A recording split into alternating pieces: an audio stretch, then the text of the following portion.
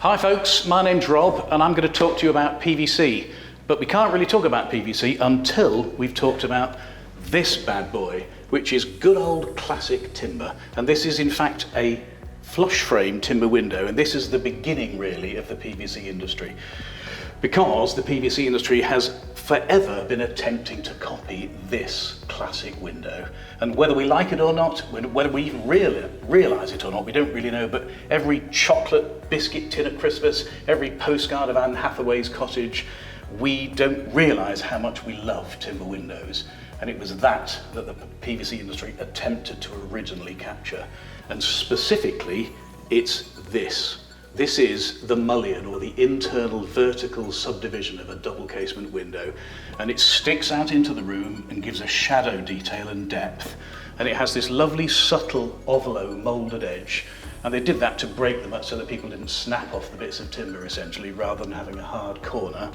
And you get this lovely classic timber window.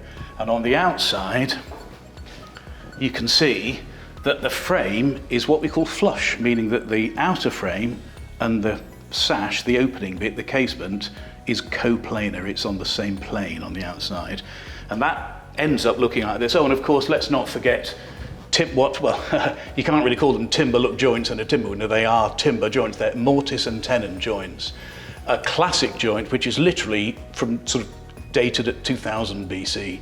So it's again a very pretty classic timber joint that we don't even realize we love. And that was the model really that launched the PVC industry. It was trying to copy this, to make a facsimile of this. But walk with me and I'll show you what first came out of the PVC industry in its desperate attempt to copy that rather beautiful window. And here it is. Now, I know what you're thinking. It's not exactly a flush casement timber window. And it is really the first incarnation of traditional British-made PVC. Notice it's not a flush frame, so the casement is proud of the outer frame and it sticks out. And yet, in a window that doesn't have an opener, it sort of is set back, and that creates a kind of noughts and crosses effect. And you'll see this everywhere around the UK when you're driving around. This one's got a chamfer detail on the edge, not that lovely rolled ovalo detail like on the timber window. And there's another typical PVC window that does have a moulded detail on the edge. It's still not a flush casement, but it has a more rolled edge. And this frame type is called rustique, and that frame type is called system 10, and you'll see these everywhere in the glazing industry. Now, there's absolutely nothing wrong with them. They are excellent performing, no maintenance, 30, 40 year long Eve windows in their own right, especially when they're a decent branded good like the ones that we use at Thames Valley, which is called Halo. Halo is a well-known brand. It's been being fabricated for over 50 years, and they are top quality. The components are really good, the fabricators are really good, they are investors in people. Half of their machinery cost £1 million. One of their saws alone costs 35 grand with diamond tip teeth, so they're very high quality fabricators. So they're great windows, but they're not the same as a flush timber casement. So they have this proud casement, as I said. They've got another classic that people are not wild about in the PVC industry, which is mitered corners, not timber look joints, and this is just a function of the way they're made. So that's the 1970s, and it's still the least cost option. It's what we call smooth white PVC, so it's not covered in any way, it's not coloured in any way, but the glass is all Pilkingtons. They're very high performing. You can have Georgian bars, you can have lead. So there's nothing wrong with them, and they're a fabulous window for just general everyday use if you want to spend the least cost and get the maximum amount of bang for your buck. And then now add 30, 40 years and suddenly you get the posh end of the PVC market. And that's typified by this company called Evolution. And what's happened with Evolution is, one thing I didn't mean to say is that if you look at the typical UK-made PVC window, this frame thickness here, the front to back, is 70 millimeters or 3 inches in old money. And there's a very good reason why that's not the ideal frame thickness to be able to get a copy of an old timber window. And it's because it's not thick enough. If you have a look at the Evolution window, The Evolution window is 82 millimeters thick, which is not quite as thick as a traditional timber window, but thick enough to be able to deliver this, which, if you'll notice, is strikingly similar to a proper flush casement timber window. It's got a mullion that sticks out into the room. It's got this little subtle ovalo detail. It's got timber look joints. And on the outside, if you look at the frame, not only is it flush, and look, there's without a timber look joint and there's with a timber look joint, so you can see the juxtaposition, but it's also flush. And in this particular case, it's coloured as well, so it's got a special finish on it, which has got a little grainy aggregation in, a grainy aggregate, I should say. And that's called a foil. Basically, it's a vinyl veneer that's shrink wrapped onto the frame.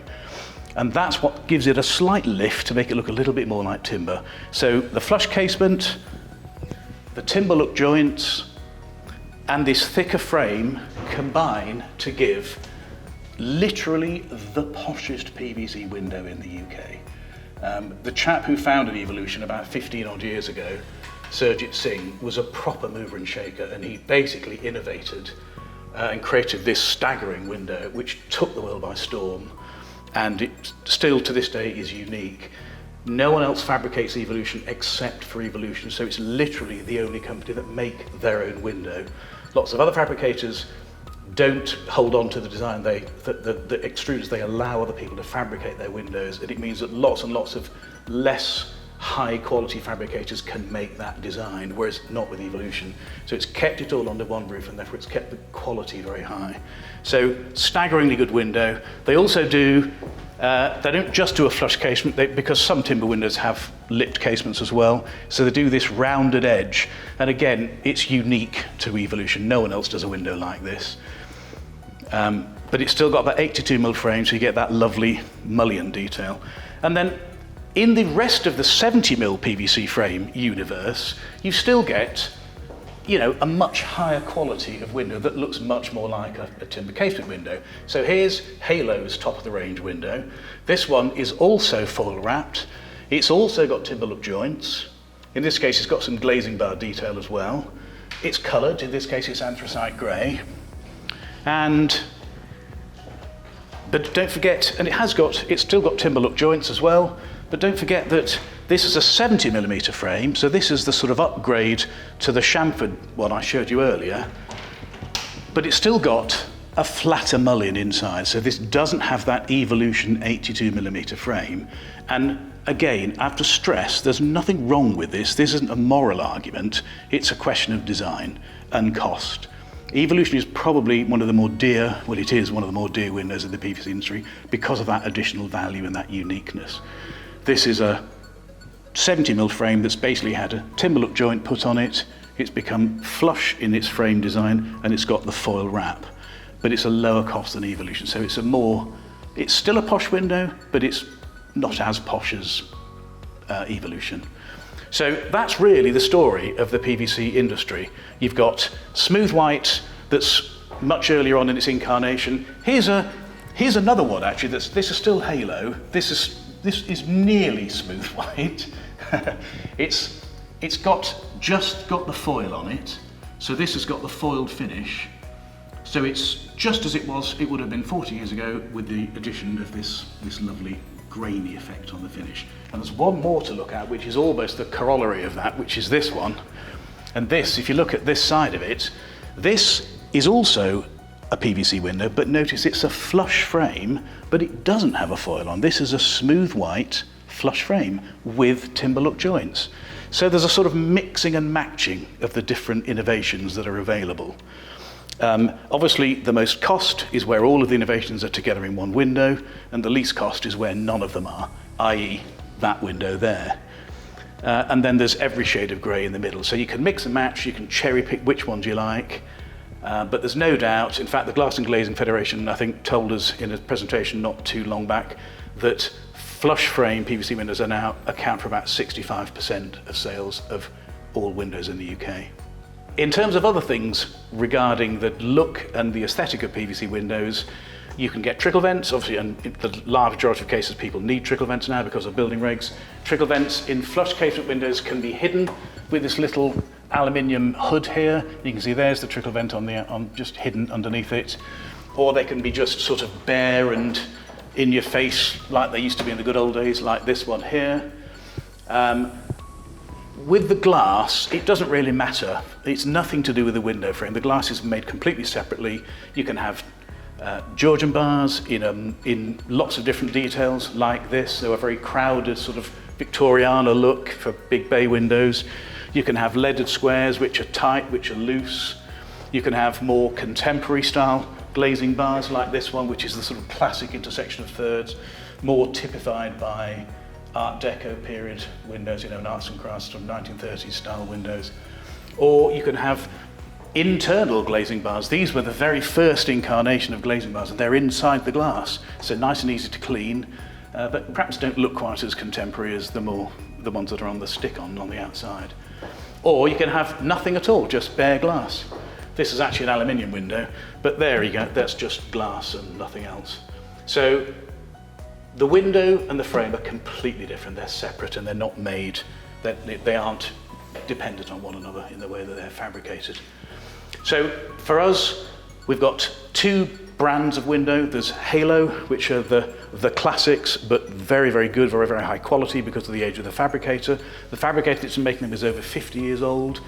Brilliant company, fabulous service philosophy, care about their customers, very, very high quality windows, very high quality of response in terms of their warranty.